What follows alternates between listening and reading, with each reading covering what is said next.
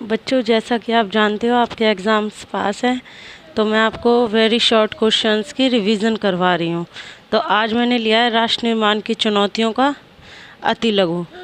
राष्ट्र निर्माण का क्या अर्थ है? राष्ट्र निर्माण, राष्ट्र का निर्माण, ठीक है। एक राज्य में रहने वाले लोगों में राष्ट्रीय चेतना विकसित करना, संपूर्ण राष्ट्र में एक रूपीय सार्वजनिक सत्ता का प्रयोग करना और विशेष परिस्थितियों के अनुसार विभिन्न विधियों के द्वारा राष्ट्रीय भावनाओं विकसित करना, ये सारा जो है राष्ट्र निर्माण में आता है। राष्ट्र निर्माण मतलब सभी लोगों के बीच में एक ही राष्ट्र के प्रति सद्भावना होना, सबके प्रति प्यार होना और सार्वजनिक सत्ता का उपयोग करना, ये सारा क्या आ जाता है राष्ट्र निर्माण में, ठीक है। दूसरा है राष्ट्र निर्माण की कोई दो परिभाषा, कोई किसी की भी आप दो परिभाषाएं लिख सकते हैं। जैसे श्री डेविड ए विल्सन के अनुसार नियत रूप में राष्ट्र निर्माण उस सामाजिक विधि या विधियों का अलंकारिक शीर्षक है जिसके द्वारा कुछ समूहों में राष्ट्रीय चेतना उत्पन्न होती है। वह समूह थोड़े या बहुत संस्था सामाजिक ढांचे के द्वारा अपने समाज के लिए राजनीतिक स्वायत्तता प्राप्त करने के लिए कार्य करता है। इसी तरह से दूसरे राष्ट्र निर्माण का केंद्रीय तत्व संपूर्ण राष्ट्र में जनतांत्रिक सत्ता का प्रयोग करना है। पंडित नेहरू के राष्ट्र निर्माण संबंधी दृष्टिकोण की कोई दो विशेषताएं देखिए। राष्ट्र निर्माण, देखिए नेहरू जी के क्या क्या दृष्टिकोण थे।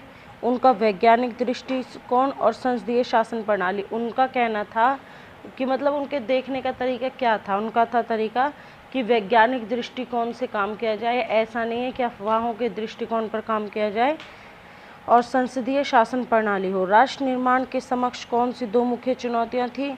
एकीकरण की चुनौती, लोकतंत्र की स्थापना की चुनौती। आपके जो ब्रीफ वाला है उसमें से भी आप दे सकते हैं, क्योंकि देखो उसमें शिक्षा की भी है, रोजगार की भी है, जो आपका मन करे वो दो। स्वतंत्र प्राप्ति के समय भारत में कितनी रियासतें थी? तो 561 देशी रियासतें थी। इसके बाद है आपका भारत के विभाजन के कोई दो मुख्य कारण, सांप्रदायिक दंगे और ब्रिटिश अधिकारियों की साजिश। मतलब दो विभाजन के कौन कौन टुकड़े होने के दो कारण कौन कौन से थे? तो सांप्रदायिक दंगे झगड़े जो हुए थे वो, और ब्रिटिश अधिकारियों की साजिश। भारत के विभाजन में जिन्नाह की भूमिका, देखो जिन्नाह जैसा कि नाम से ही पता चल रहा है, जिन्नाह जो कि मुस्लिम था, ये मुस्लिम नेता अली जिन्ना बहुत महत्व और हठी पुरुष था। जिन्नाह की जिद के कारण कई संवैधानिक योजनाएं असफल हो गई थी कि उनकी इतनी हट थी कि उन जो भी प्लानिंग की थी तो वो जिन्ना ने फेल कर दी थी। 1940 में उनकी मांग शिखर पर पहुंची और उन्होंने अलग पाकिस्तान की मांग कर दी, घोषणा कर दी। जिन्ना की हठ धर्मिता के कारण भारत का विभाजन करना पड़ा। मतलब जिन्ना ने ये उठाया था ये डिमांड कि भारत पाकिस्तान अलग हो। भारत के विभाजन में लॉर्ड माउंटबेटन की भूमिका, उन्होंने अपने तर्कों से यह विश्वास दिला दिया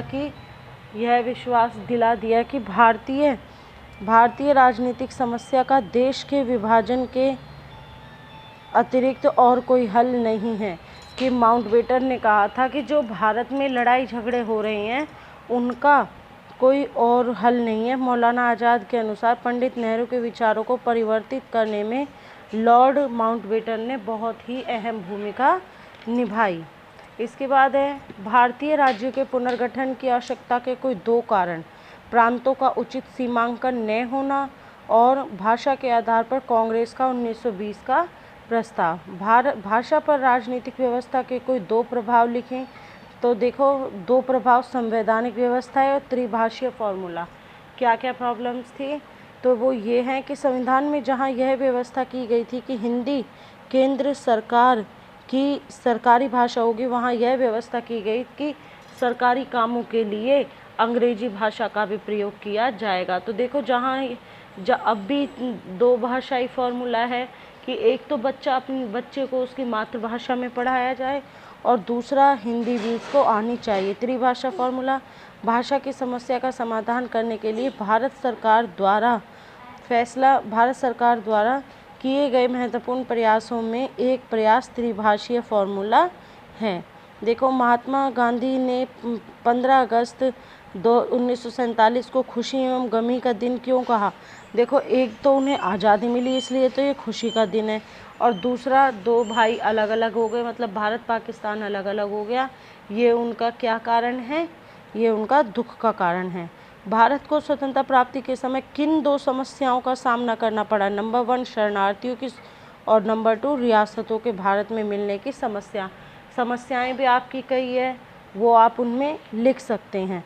मेघालय और गुजरात किन राज्यों से अलग होकर बने? मेघालय असम से और गुजरात मुंबई से। भारत के विभाजन के कोई दो परिणाम। भारत के विभाजन के परिणाम स्वरूप लाखों लोग शरणार्थियों का जीवन बिताने लगे, मतलब कि पाकिस्तान में मुसलमान थे वो तो पाकिस्तान में ही रहे, लेकिन जो पाकिस्तान में हिंदू थे वो भारत आ गए, और जो भारत में मुसलमान थे वो पाकिस्तान चले गए। ये दो जो हैं हिंदू मुसलमानों के दंगे हुए। ये देश के विभाजन के समय कश्मीर का राजा कौन था? राजा हरि सिंह था। किस अधिनियम के अंतर्गत भारत को स्वतंत्रता प्राप्त हुई? 1947 के।